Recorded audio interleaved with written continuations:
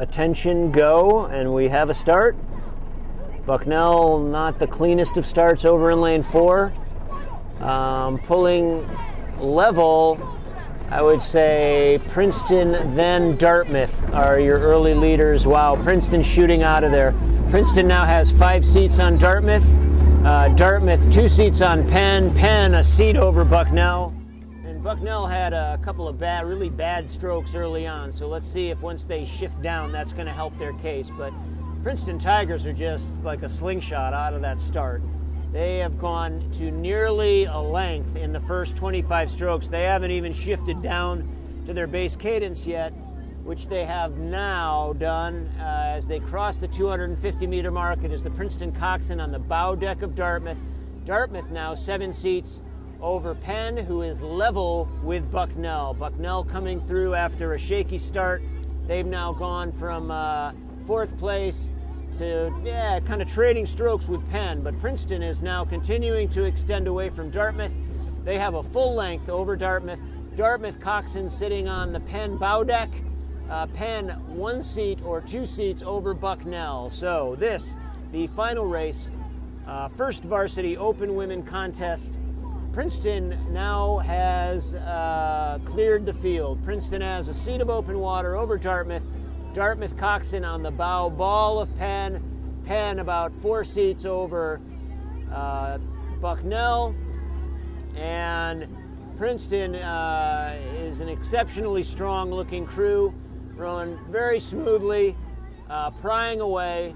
And they now are extending their lead here in the latter stages of the early going of this race. They now have 4 seats of open water over Dartmouth. Dartmouth is now all alone in second, being a few seats of open water behind Princeton and 3 or 4 seats in advance of open water in advance of Penn. Penn is now extending away from Bucknell. Penn is now a full 8 seats over Bucknell in 4th.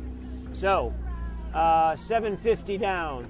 We've got Princeton now probably 5 seats of open water over Dartmouth. Dartmouth a similar amount, separating themselves and Penn, and Penn nearly a length in advance of Bucknell. So in the fairly early going, this race has separated itself out a little bit. And Princeton continuing to move, very strong. Dartmouth rowing well, nice and long, good ratio, rowing cleanly. They've established themselves in a strong second place position.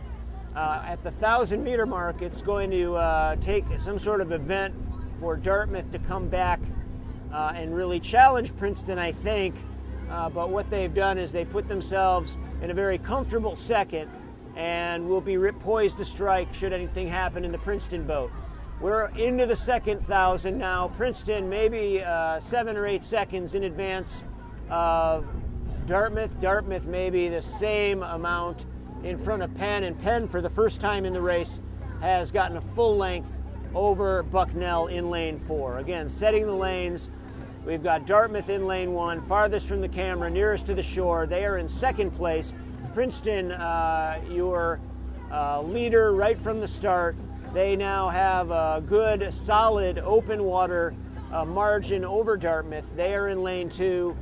And also Penn now has cleared Bucknell. So we've got 3 crews essentially rowing without anybody next to them.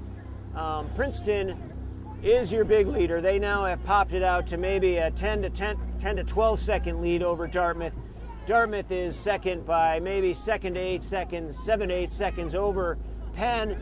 Penn now pulling away from Bucknell. So Penn now a good 3 or 4 seats of open water over Bucknell. But as we approach the final 500-meter mark, it looks like Princeton will be able to carry their undefeated season into their last race of the year against Tennessee.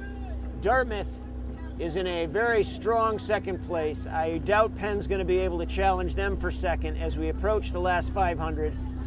Dartmouth crosses that juncture now. Penn a good half a length of open water behind them, and a full 7 or 8 seconds in advance of Bucknell, who is now really starting to fall off the back end of this race.